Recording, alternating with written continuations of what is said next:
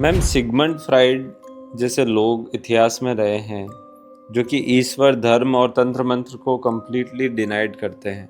हम्म। और ऐसे बहुत से लोग हैं जो कहते हैं कि भाई साहब, हम तो पढ़े लिखे हैं, हम सब इन सब बातों में विश्वास नहीं रखते। तो इन सब लोगों के लिए आपकी क्या प्रतिक्रिया है?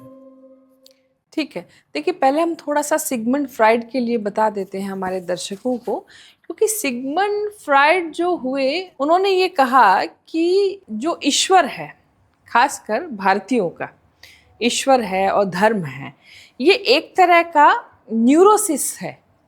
न्यूरोसिस से आप ये अर्थ समझिए कि जिसको हम कहते हैं ना न्यूरोटिक या साइकोन्यूरोसिस जिसको कहते हैं, यानी ये एक ऐसी मानसिक अवस्था है, एक ऐसा मनोविज्ञान है खासकर भारतीयों का, जो कहीं रियल में वो चीज़ें या धरातल में एग्जिस्ट नहीं करती। ये केवल उनकी कपोल कल्पना है। तो वो कहते हैं फ्राइड कि भाई जो धर्म है और ईश्वर है, इसकी कोई आवश्यकता नहीं है, इसको पूर्णतया समाप्त कर देना चाहिए। ये एक तरह का समाज का न्यूरोटिक है। मतलब एक तो एक व्यक्ति भ्रम में हो, और यहाँ पूरा सामूहिक लोग भ्रम में हैं, लाखों की संख्या में, करोड़ों की संख्या में। तो वो कहते हैं कि एक तरह का ये उनका केवल कपोल कल्पना है, क्योंकि जो हर मनुष्य है उसमें एक फियर होता है, ठीक है, एक डर होता है आगे क्या होगा, एक अनजाना भय। तो वो कहता है इस भय से उन लोगों ने मुक्ति पाने के लिए एक ईश्वर की कल्पना की। और हर मनुष्य में हिंसक प्रवृत्तियां होती हैं। भाई उन हिंसक प्रवृत्तियों पर नियंत्रण पाने के लिए उन्होंने किसकी स्थापना कर दी? धर्म की। धर्म उनको नियम में रखता है, ठीक है, केवल अपनी हिंसक प्रवृत्तियों पे कंट्रोल करने के लिए। तो वो कहता है कि इन सब की कतई आवश्यकता नहीं थी। एक बच्चा जैसे अपने डर से मुक्ति पाने के लिए वो अपने पिता को प्रोटेक्शन के लिए देखता है ना, ये मेरे पापा हैं और जब तक मेरे पापा हैं तब तक मुझे कुछ नहीं हो सकता। ठीक इसी तरीके से लोग धर्म और ईश्वर को देखते हैं कि जब तक मैं धार्मिक हूं मुझे कुछ नहीं हो सकता, जब तक मेरा भगवान है। वो प्रोटेक्शन के लिए उसको कल्पना करके रखे हैं।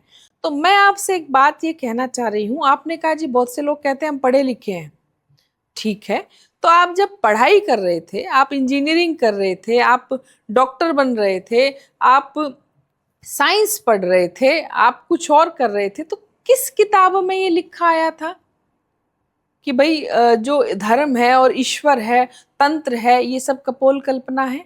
आपके कोई भी ऐसा चैप्टर नहीं था, न इंजीनियरिंग में था, न जब आप डॉक्टरी कर रहे थे तब था, न एमबीबीएस में था। फिर लेकिन आप अपने घरों में जाइए, आपके दादा परदादा, आपकी सातों पुश्तों से भगवान पूजा जा रहा है, आप भी दिन में दिया बाती करके निकलते हैं। तो कहने का अर्थ है कि किसी का एजुकेट होना और ईश्वर, धर्म या तंत्र में विश्वास रखना रखने का कोई आपस में संबंध नहीं है। ये आपके बिना भी एग्जिस्ट करते थे और आपके बिना भी एग्जिस्ट करेंगे। तो सिगमंड फ्राइड से जो लोग प्रेरणा लेके रखे हैं, उनके लिए बहुत अच्छा जवाब होगा सर जॉन वुडरॉफ का।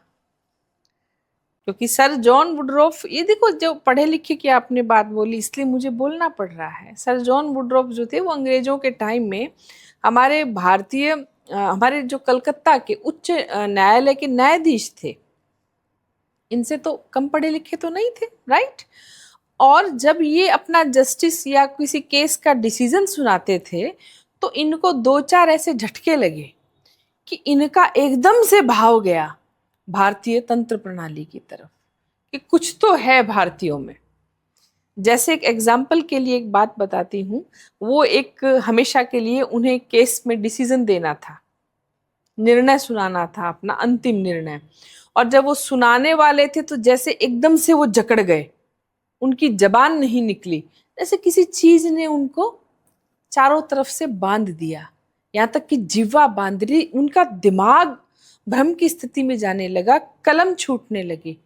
उन्होंने खुद को फिर से संयमित किया और फिर उनको ऐसा लगा कि कोई शक्ति है जो उनको बांध रही है।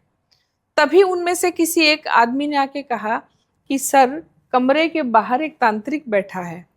तो जो दो पार्टियां थी ना वाद विवाद वाली, उसमें से एक पार्टी किसी तांत्रिक को लेके आई थी और वो कोर्ट के रूम के बाहर बैठा था, वो अपना कार्य कर रहा था, और इधर सर जॉन वुडरॉफ के हाथ पांव जीवा मनस सब सील। तो खैर वो एक अलग बात है, फिर उसको वहां से भगाया गया और उन्होंने अपना अंतरिम डिसीजन सुनाया। ऐसा ही दो तीन चीजें और हुई, तो उन्होंने तय किया कि कुछ तो है जो कंट्रोल कर सकता है मनस पे, व्यक्ति के और बॉडी पे। माइंड और बॉडी को कंट्रोल करने वाली कौन सी विद्या है? तब उन्होंने भारतीय तंत्र परंपरा की तरफ वो आकर्षित हुए, और अंत में कई पद्धतियां सीखते हुए वो अंत में लाहिड़ी जी महाराज के शिष्य बने। उन्होंने क्रिया योग सीखा और शानदार क्रिया योग में उन्होंने सिद्धि हासिल की। और आप सब लोगों को आज बता देती हूँ कि सर जॉन वुडरॉफ ने, मतलब बहुत ही आश्चर्य, बहुत से लोग जानते ही नहीं हैं, उन्होंने एक छद्म नाम रखा, ऑर्थर एल्विन। ऑर्थर एल्विन के नाम से इन्होंने कितनी ही तंत्र पे किताबें लिखी हैं, जो आप चाहें तो गूगल पे हैं, आप चाहें तो अमेजोन पे हैं। तो आपको मौका मिले तो सर जॉन वुडरॉफ की, यानी जो छद्म नाम है ऑर्थर एल्विन, उनसे उनकी एक बुक निकालिएगा, the principle of Tantra. The principle of Tantra एक बहुत फेमस बुक है इनकी, और उन्होंने इस बुक में तंत्र के बहुत से आयाम निकाल के रखे हैं। सेकंड बुक इनकी जो फेमस है, द सर्पेंट पावर। तो एक विदेशी जो तुम्हारे यहाँ भारतीय मूल परंपरा में आके उसने एक बीड़ा उठाया कि भारत की तंत्र प्रणाली इतनी सुदृढ़ है, और उन्होंने पाश्चात्य देशों में जाके इसका प्रचार प्रसार किया।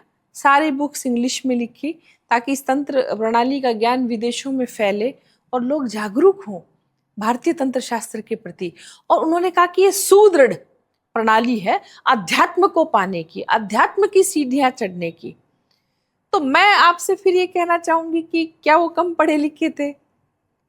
और अगर सिगमंड फ्राइड से आपको प्रेरित होना है तो कोई रोक नहीं रहा। आप प्रेरित रहे और आप भी एक भ्रम में रहे, क्योंकि वो खुद एक भ्रम में था। अंत में बहुत से विद्वान हुए जिन्होंने फ्राइड के सभी सिद्धांतों का खंडन कर दिया। तो मैं ये कहना चाहूंगी कि भारतीय जानते हैं कि उनका ईश्वर भी उतना ही सत्य है, अस्तित्वान है, उनका धर्म भी अस्तित्वान है, और तंत्र भी अस्तित्वान है।